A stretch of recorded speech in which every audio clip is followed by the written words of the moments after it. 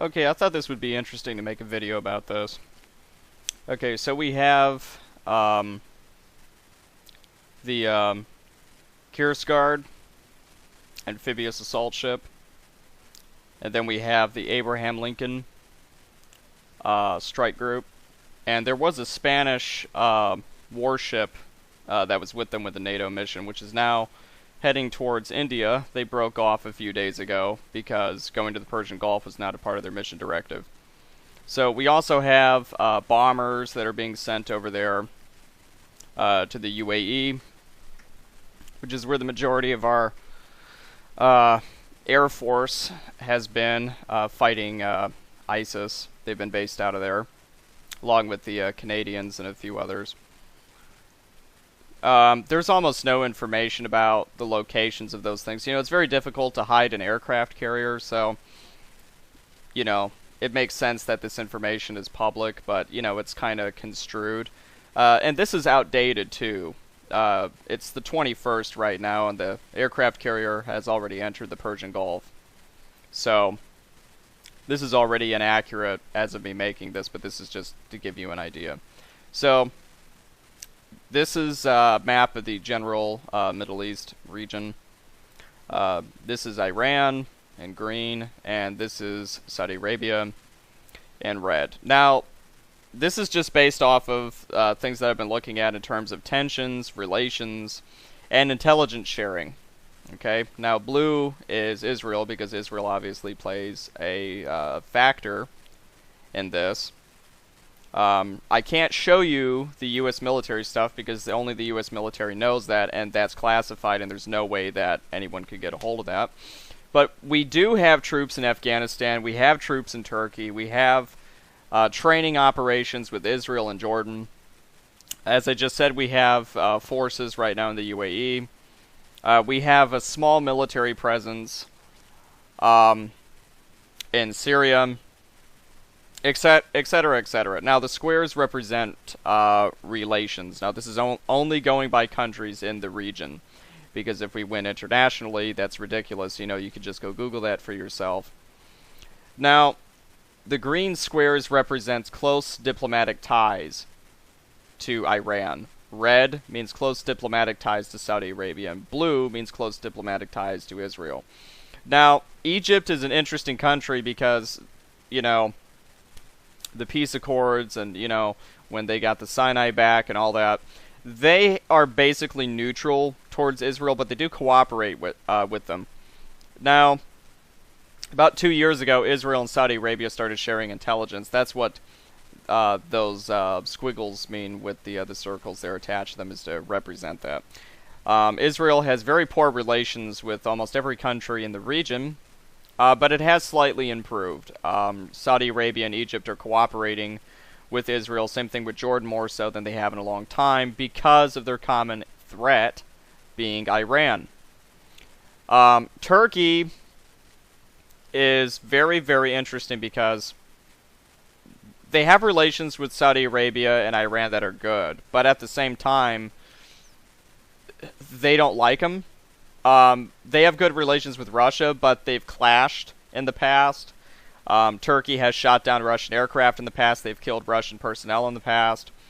They've come to blows in the past. But at the same time, Russia has helped them with their atomic energy program, which is funny because the United States does not have a problem with Turkey doing that, but Iran, you know, that's bad apparently. But you know, is Iran getting a nuclear weapon? I don't know.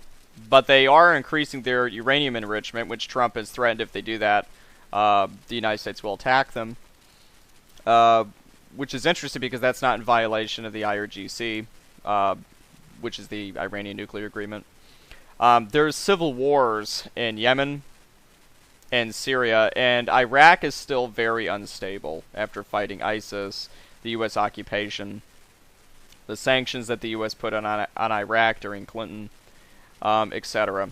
And they're still rebuilding, and basically Kurdistan, although it is a semi-autonomous part of Iraq, so is Assyria, which is mostly over here in western Iraq.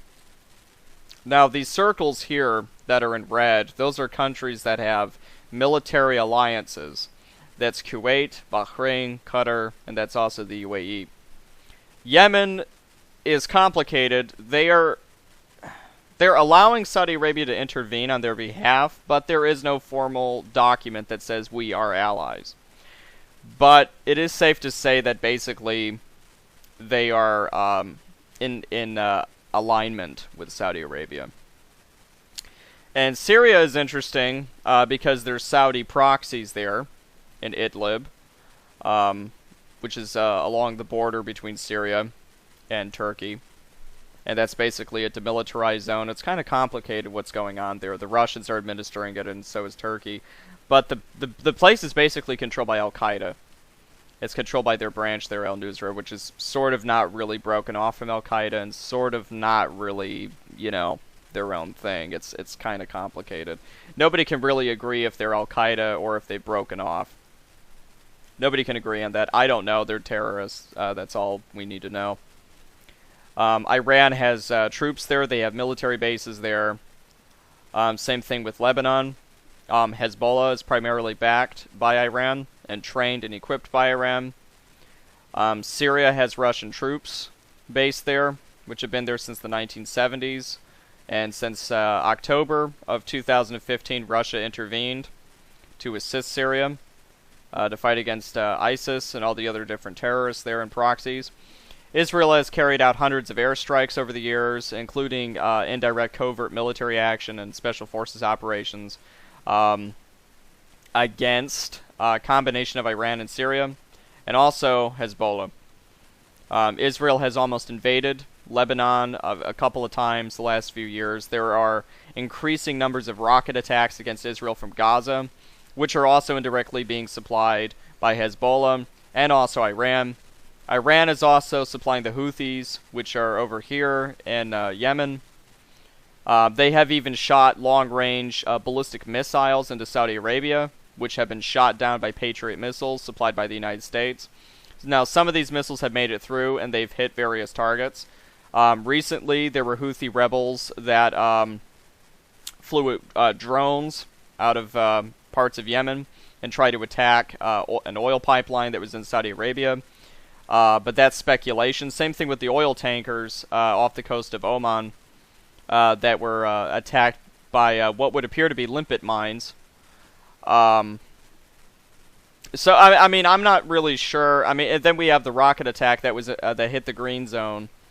That's in Baghdad. Now, Iraq has very close relations with Iran, and Iran assisted them greatly, along with the United States, in fighting ISIS. But here's the thing. The Popular Mobilization Forces, the Shiite militias that are in Iraq, they are no longer listening to really anything the Iraqi government has to say. They have always been independent of the Iraqi government, but they're not even listening to their advice. The president of Iraq was recently interviewed by CBS News, and he said that he feels that basically some of these groups might even be going rogue, which I have speculated the last week as well. If that's the case, they're not listening to Iran or Iraq, and that is very dangerous, because Trump would look at that and say, look, they're backed by Iran, we have to attack Iran, because for some reason he just seems to be just real fascinated with the military strike against Iran. Now, I think we can all agree that Iran is an asshole, and Saudi Arabia, both equally are assholes, and so is Israel. None of these countries are angels. None of these countries are paragons of human rights. Israel having a giant outdoor prison, which is the Gaza Strip, which they bomb and starve. And then we have Saudi Arabia, which is basically carrying out a genocide against the Yemeni people, which is the largest outbreak of cholera since the Second World War. Some might even argue during the Balkan War in the 90s, but actually it's World War II. Mostly what happened in the Soviet Union when the Germans invaded. There was a lot of cholera there, mostly in small cities and other things like that.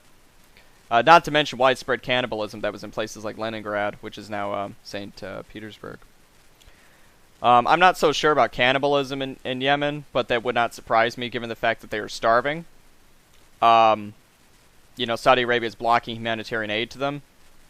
And then we have Iran, which is backing suicide bombers, uh, uh, cocaine. Believe it or not, cocaine. Them and Hezbollah are involved in drug smuggling into Latin America, mostly having to do with Guatemala and Colombia. Iran is also closely linked to North Korea. So, in terms of what's going to happen militarily, really the only thing the United States can do besides an all-out invasion, which is not on the table, that's speculation, the 120,000 troops. But what we have in place right now is it appears to be a gradual buildup, which the United States did before with Afghanistan and Iraq and also Libya. If this buildup continues to, well, build up, it is very possible that 120,000 troops will be deployed into Iraq, Afghanistan, or both to take out Iran. Now, that said, I don't know, but it looks pretty bad.